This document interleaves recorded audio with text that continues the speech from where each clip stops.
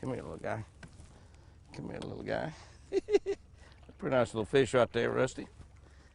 I'm fishing with my buddy Rusty Barron of Shell Oil Company. Rusty takes care of me with my Pennzoil Marine and my Shell Rotella and of course Quaker State.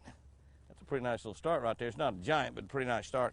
We're fishing one of my favorite places, Gros Savon in Lake Charles, Louisiana.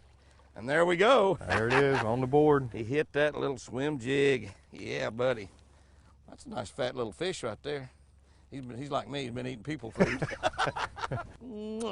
Good start right there, Rusty. What do you think? That's nice. I love it. I love it. All right, buddy.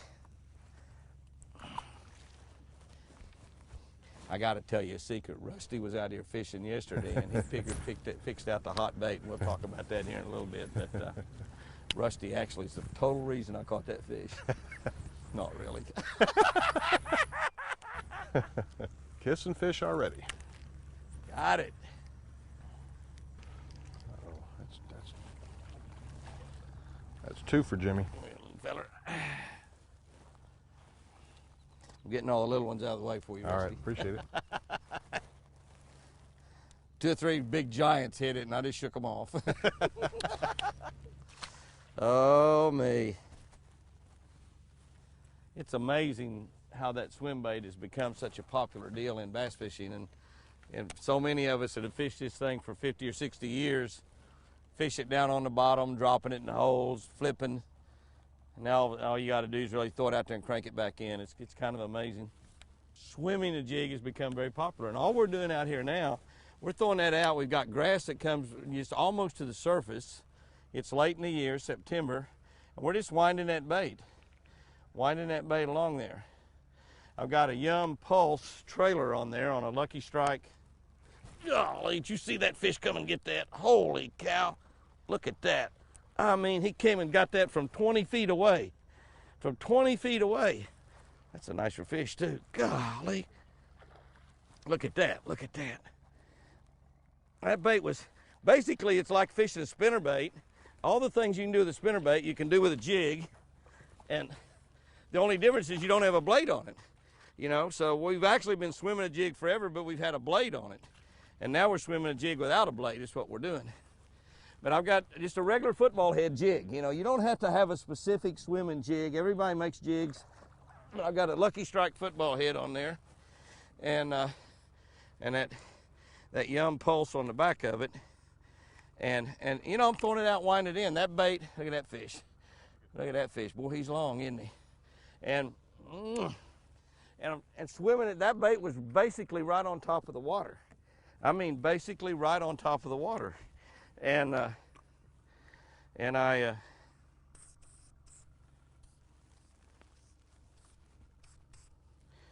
just swimming along, and he came from, I bet he came from 15 or 20 feet away and just crashed over and got that thing.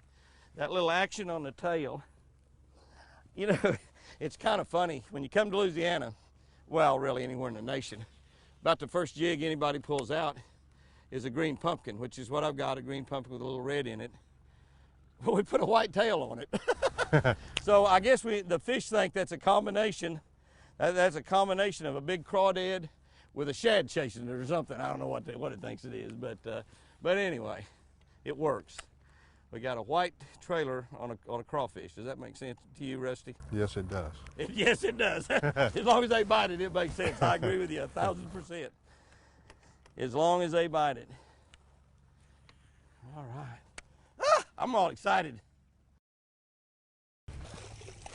That's a pretty nice fish, looks like, too. Get him off that lily pad. Boy, they are eating that thing up. They are. That's a good fish. Yeah, they are eating it up. I mean, smooth eating it up. Oh, yeah. Oh, yeah. Oh, yeah. Oh, yeah, that's what I'm talking about. Look at that, huh? You lost the little paddle off of your mud minnow. You lost the little paddle off the end of it. You Sure had to did. put a new one on. Do you reckon you lost it before you caught that fish or after? Do you know? I'm sure it was during. Yeah, I'm sure he probably ate So the do end off of it. I have to kiss this fish? Yeah. Is that the deal?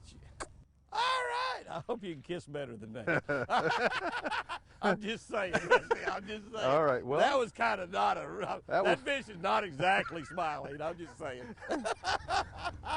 that's just wrong. There's one right there.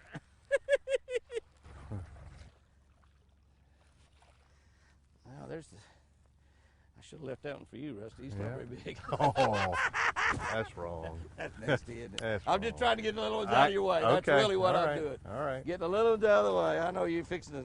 Hey, did you not kiss that fish? No, he's too young. I don't want to go telling his mama somebody. There's this strange-looking guy up there gave me a kiss. What's the deal on that? I don't want to be their first kiss. Piece of work. As a boy fish anyway. I don't kiss boy fish. See? Only them cute little girl fish. That little guy, little one. Foul hooked. Thought for a minute that was a crappie when I first saw him. No, he's hooked in the mouth. You know, I haven't seen anything sticking out of their throat. You know, a lot of times you'll see crawfish whiskers sticking out of their throat, or Right. shad tail, or bluegill tail, or a bass tail.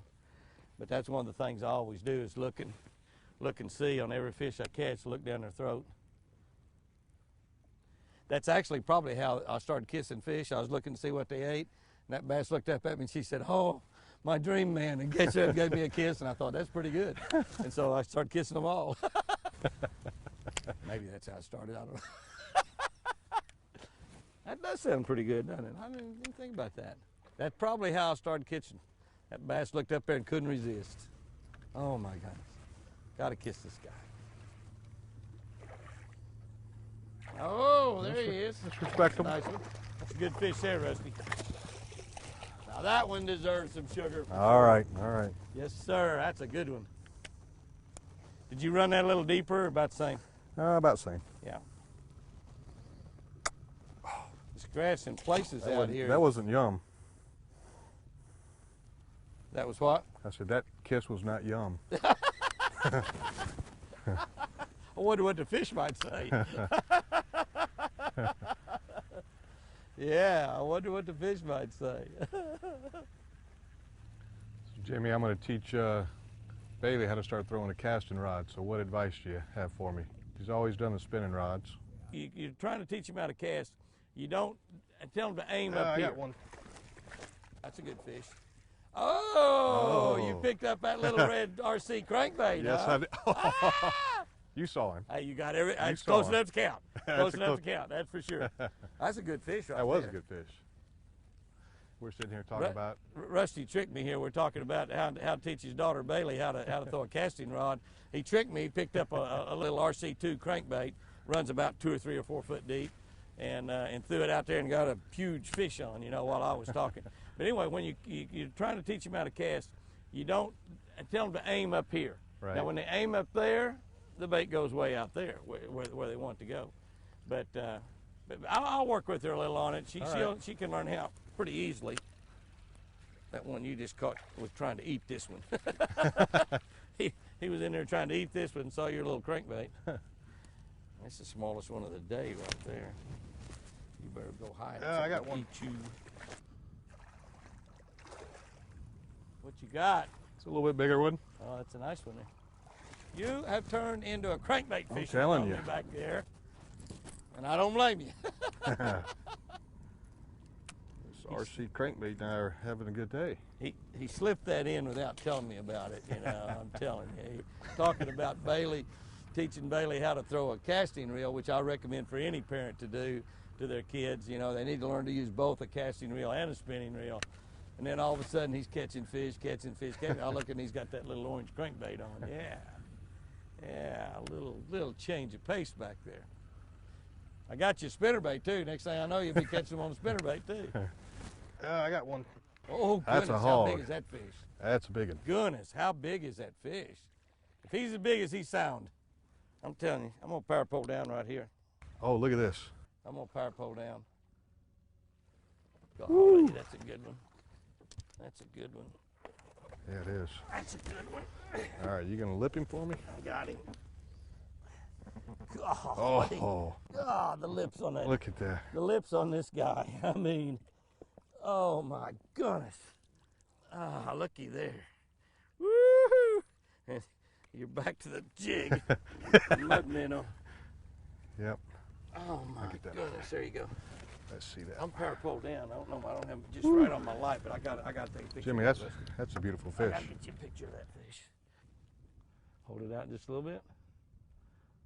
Perfect. That's good fish, Jimmy. That's a Oh, good he's fish. fantastic. That's a big old fat girl. There's good sugar on that one. You got to have good sugar on that one, man. All right, look at that. That is good. That is super right there, man. Right in that weed.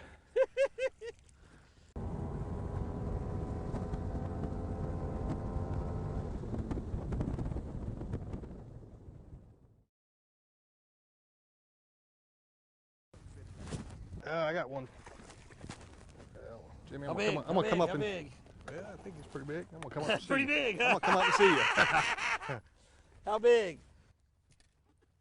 Hey, that's not fair. What are you doing up here? Hey, Uh-oh, he's down. hey. That's a redfish. It's not even a bass. You gonna lip him for me That's again? not even a bass. It's got grass. Look at that. Well, that's why it's so big. Anyway. He got down in that grass. What are didn't you doing up here? Well, maybe you do have a bass. he? Well, long line release. Yeah, little catch and release. That's probably my fault. I probably should have grabbed him before I took the grass. I got it. That's what you get for coming up to front of the boat. That's funny. Hey, that's not fair. I'm putting your picture up on Facebook. You're supposed to be like drinking a bottle of water or Mountain Dew or something. He's up there. He caught the fish right in front of my trolling motor. I'm powered pole down, putting his picture up on social media where thousands of people can see your giant fish that's twice as big as anything I've caught. And he's up here hogging the front. Not only that, he comes in front of the boat to lose it. You notice I said lose it, not land it. I don't know how that fish got off. Just happened. That'll teach me to go to the front of the boat, won't it? Oh, got another one. No, he got off. Oh my goodness. Well, you can't say we're not catching fish. Oh. Hey, Rusty, you know, I know that Shell's involved a lot in conservation, and y'all do a lot of things to make fishing and hunting better, to make the woods and water better. And, you know, one of the things I appreciate, and I think that, you know, I know y'all have thousands of employees and a good percentage of them hunting fish, but guys like you that have a passion for doing the same things that I have a passion for, hunting and fishing, spending the outdoors. So it's more than just conservation for conservation's point with Shell and with you. I know that for a fact. It is, Jimmy. I mean, we're involved, and you may have heard a little bit about it already, but the Coastal Conservation Association, Nash Fish Wildlife. Golly. Look at that. He's just catching fish after fish. Hang on, you can talk about that in a minute. I mean, he came from 50 feet away. I didn't interrupt you there. I didn't want to interrupt you, but the fish couldn't wait. I saw a wake coming from 50 feet away, I swear. That's a nice fish. That's right out in that big open right there. There might be a bunch of them out there. Now this one has got a little tail of a fish sticking out of his mouth. Not a crawfish, you know, a fish of some sort. Probably a bluegill or another bass or shad. All right, I'm sorry about that. No. You're right. In addition to all the conservation efforts we have, I mean, if you just think about, with mine in the marketing of lubricants, Rotella, as you know, I mean, we've been blessed that for generations people have used Rotella on the farm and off-highway equipment and, big trucks. But like you said, at the end of the day, not only that's what we do. We love the outdoors, but also our consumers love the outdoors. And that's kind of why Rotella is so involved in everything you do, Quaker State's involved in everything you do, because we know that at the end of the day, that's who's using our products. Well, a true conservationist, and I've said this forever, is always been the actual hunters and fishermen. And we're not wanting to conserve the bass just because we're in love with the bass. We want to make it better so we can catch them. That's true. As a company, we want to be the good corporate, partner as well. So you think Rocky Mountain Elk Foundation, National Fish and Wildlife, Coastal Conservation, all those organizations we're very involved in. So, and proud of it. I mean, it's, again, like you said, I love to hunt and fish, and I'm proud to work for a company that sees, that we need to be a part of that. Well, I appreciate it, and I appreciate guys like you that, in the position that you're in, having the same passion that I've got for it. We appreciate it a lot. Hey, it's been a pleasure and a lot of fun fishing with you today. I just want to let you know that. Even though you let my biggest fish go, I just want you to know that. You caught your biggest, I let your second biggest go. Actually, not on purpose.